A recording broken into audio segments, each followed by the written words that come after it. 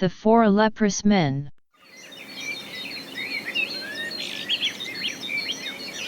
After the death of King Solomon, the central city Samaria had become the capital city. And it happened after this that Ben-Hadad king of Syria gathered all his armed forces. The enemy had camped at city entrances and exits, causing serious blockages.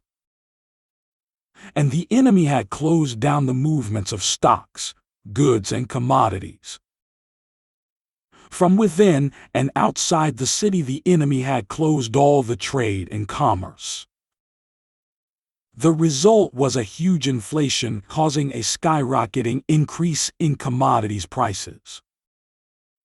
Samaria was besieged, and for 7 consecutive years there was a severe famine in the land.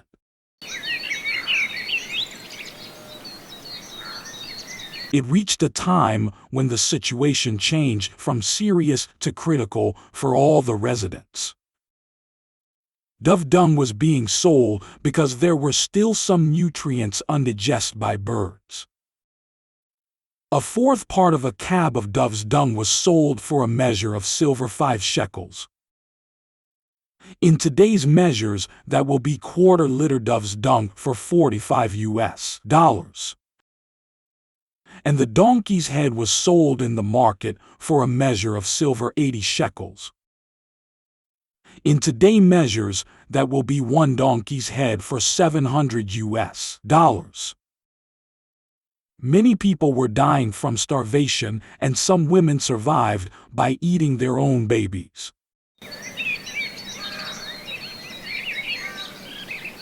The ruling king was touched after learning about the secret killings of the babies.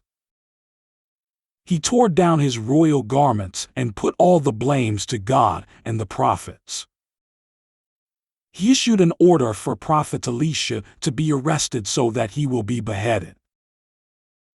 Just before being arrested, Prophet Elisha prophesied a feast and the end of the famine.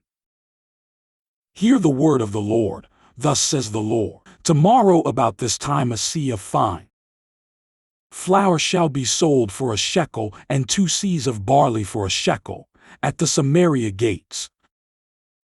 Meaning by this time tomorrow there will be lots of good foods at a very low prices.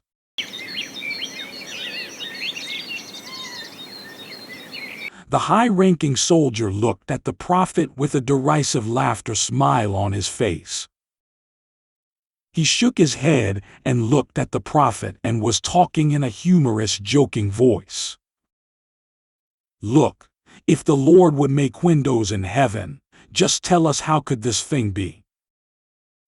The prophet answered, in fact, you shall see it with your eyes, but you shall not eat of it.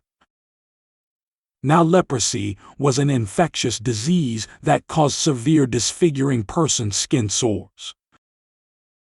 And also it damaged the nerves in the skin areas around human body, arms and legs, toes.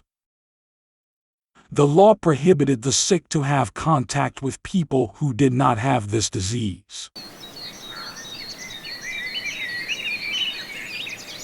And so there were 4 leprous men who were locked out at the gate entrance. One thing was for sure. They will be the first to die, as there were no food provisions. They started reasoning to one another just to find out that they had only 3 choices. Keep sitting there like fools and keep waiting until they die was their very first choice. The second choice was going back to the city where they had been banned entrance. Last choice, that was very threatening, was risking going and surrendering to the enemy camps. A sure death. There was a slim chance of survival if they find mercy in the enemy eyes. At sunset they started walking so that they can go and surrender to the enemy camps. Then the miracles started to happen as they were marching towards the enemy barracks.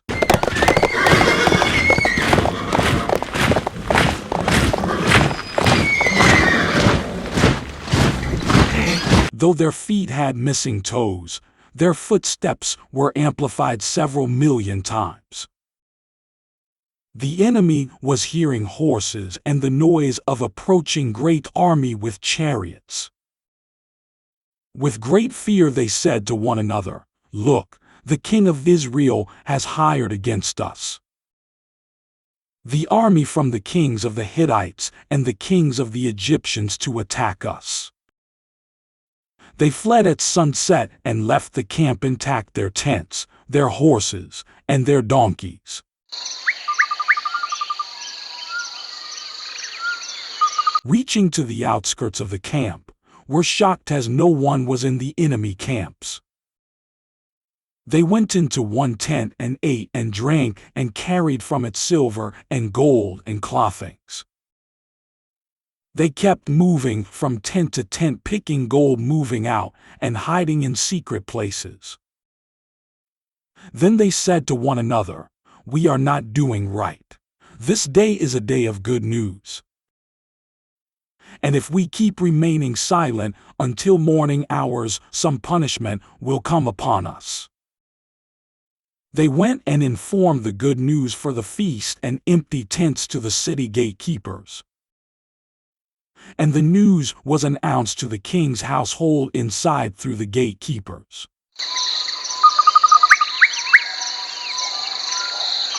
The king said that it was a trick, so he sent a scrutiny team with 2 chariots with horses.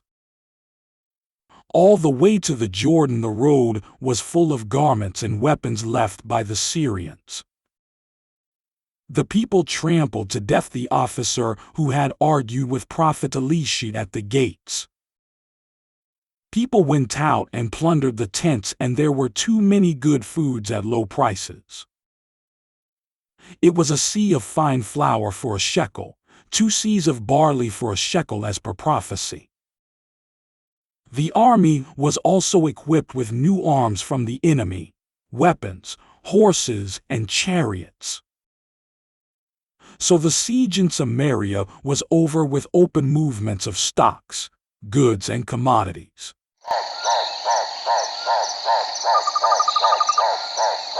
And the following are the critical lessons for us to learn from these true past occurrences. Need to overcome fear and anxiety in any of the crises so that we can make correct decisions. Desperation leads to a decision, and miracles happens once we start acting to our decisions.